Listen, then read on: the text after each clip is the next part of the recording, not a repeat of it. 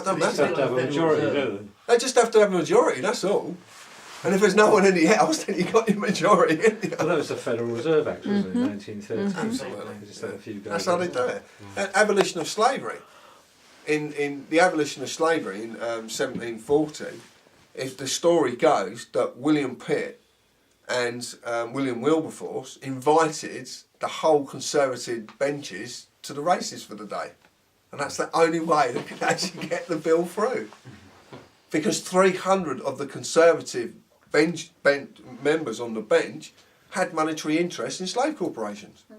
There was no way they were going to put through the abolition of slavery. No way. Because they were cutting their own throats monetary by doing it.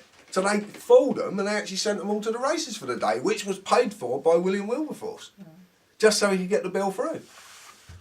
John, I had a question about the second of those three remaining unrepealed clauses from Magna Carta. Yeah. Because the first one's just basically about religion, the church. Oh, it's very important, that first one. I'm not saying it's not, but Very important. the third one is sort of, the way I see it, is what people feel, oh, that's what the Magna Carta gives us, essentially. It was not to us. No, I know, but habeas corpus. But the second one is the one that I find, which is odd, and I'm sure you've got quite a lot to say about it. It's about granting freedoms to City of London and other ports. Absolutely. Granting the old freedoms and customs Absolutely. that they used to. Absolutely. The bizarre thing that I find about that is, what the hell are they? It's I not can explain right, if you want exactly. me to. Yeah. It's not stated in there. So what does it mean, and why on earth is that one of those three that still remains? Right. When Magna Carta was set up, and one of the things it did, which people don't know happened, it made the City of London a sanctuary for the freemen. And that's the real freemen. The real freemen are people who've been given the keys to the city. Once you become a freeman of the city, then you get the sanctuary that the city holds for you. Is that the same worldwide with all the different freedom of cities? Because Saddam Hussein was given the city of Detroit in the early 80s. Yeah. It's a weird little fact. I wonder if there's a similar thing I worldwide. don't know, but I do know that Yeah. in definitely on our island, that's definitely they're given it's a sanctuary. It's like, I don't know if you know this, but they used to call it God's law. They used to what if one of them was in trouble, they'd run to a church or a cathedral and they'd stand on the steps and claim God's law. Well, that's common law. That's the common law legal system. That's what they're claiming. But you can only use that if you are a member of the club, and that means you're on the payroll of the church in some shape or fashion. The lowest form of aristocracy is the commoners. The House of Commons. They are the lowest form of aristocracy. It's not us, it's them.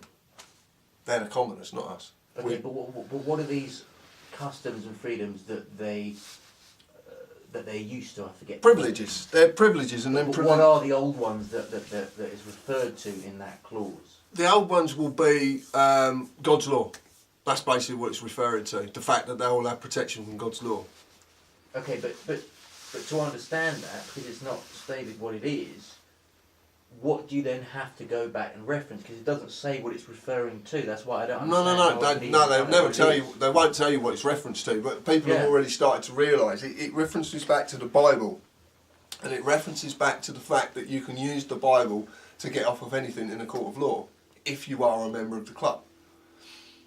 Right. See, the Bible's a book of law. It's got all this nicety stuff that's wrote in it as well, which was actually said that they said Jesus said that, but he didn't actually say that. Someone else said it, which is quite interesting. And it's got this law in it. And what you do is, if you're a member of the club, right, and you've been called into court, which would be highly unusual actually, because normally you get round the police first. But anyway, you're in court and you're a member of the club, and you go in there, and the first thing is you start to say certain things that would spark interest in the bench. And then when they asked you about the offence, blah, blah, blah, you'd pick the Bible up, you'd go to a certain section of it, and you'd read out the passage, and then put the Bible down, and then they would ask you something, and then you would answer, and then they would say, sorry, we troubled you, and let you go. What section is it? Do you know? The Bible. I ain't got a clue, and that's something that I'd love to know, I would love to know, but I've got a feeling I'm going to be asking someone soon, and they're going to tell me. So that clause, That's that's what very important, is it? to them a whole Yeah. phenomenon. So if that clause were to be repealed, what would that mean? It would take away their sanctuary. Their sanctuary wouldn't exist anymore. The City of London would not be a state in its own right. Legally. And it talks about the other ports and other cities. It's just so very vague. No, but what it's done is very odd. it's like this. It talks about the cities more than anything. It's the cities more than anything. Where there's a Roman see, which is a cathedral, where there's a see and a bishop, then that instantly that city will have certain customs and regulations protected under God's law. So you've got to realise what God is. People don't know what God is. That's the point. God is the church. God created the world. The world is the commercial construct. So God created the commercial construct. The church created it. It was the first ever corporation. It is God.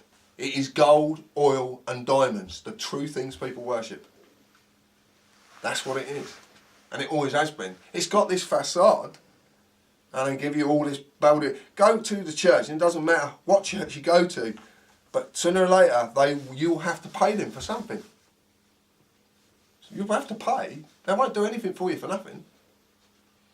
And you can actually get absolved in the Roman Catholic Church for anything, if you've got the money. Is that where tithing comes from, Tom? Tithing, yeah. Do you think there's any significance for the royal wedding coming up? Is there any sort of underlying motive behind that? Nah, just a piss take of the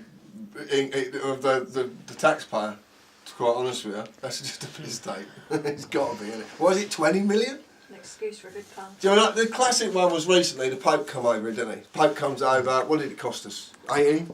21 million or something? Didn't he want another 3 million or something? Right, he comes over, and what does he ride round in? Bulletproof car.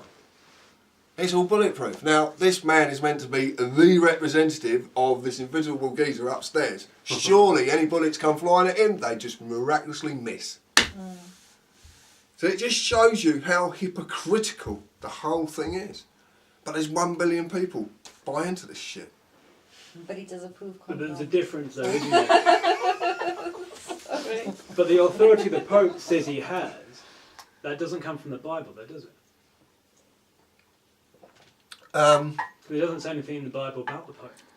And there's no biblical... No, do you know what? I've never looked into it now. No, it's a complete and utter... It's a self-construct, as I said, it's made up, but... The Bible's very interested in a lot of The facts. Bible doesn't Because reference the Pope. as or far as command authority. as far as I'm aware, the Bible is a copy of the Book of the Dead, which is the Egyptian. Is that Ralph Ellis? No, it's just something that I seem to know for some reason. Ralph Ellis has written a lot of books about that. I disagree, but it's interesting. Yeah, because of the way the Book of the Dead set up the corporation with the corporate logo, which is the all-seeing eye, from the story of Set and Horus, where Set lost his eye, and that eye gave the dead the chance to see. Well, that's exactly what's been set up here. The dead, the corporation. Look at the word corporation is dead speak. So you've got dead speak using a eye to see all that goes on. But that's the corporation of Rome, though, isn't it? The Vatican and the Catholic Church as an entity, as a corporation, which you're correct. Absolutely. But that's not as old as the original sources of the Old or New Testament. That's much later on, by about 1,000 years. No, but it's only because you're relating to history that you've been told. Every fact that I'll tell you about the Egyptians and everything that I'll talk to you about the setting up of Rome and how they did it, I've never researched a thing of it. Don't have to research it. I know what them buggers did and how they did it as well. For some reason, I've got this ability to know. I don't know what it is. I remember things. I don't know. I shouldn't be able to do it. I don't. No, I'm not saying. But you're wrong. I 100% know that when church, what they did is, Jesus himself was the instigator of what we live in. He instigated it. He actually created a command structure, And he based it upon what was going on in Egypt at the time. His ancestors, he based it upon their command structure. How do we know Jesus himself, I thought you said that Jesus was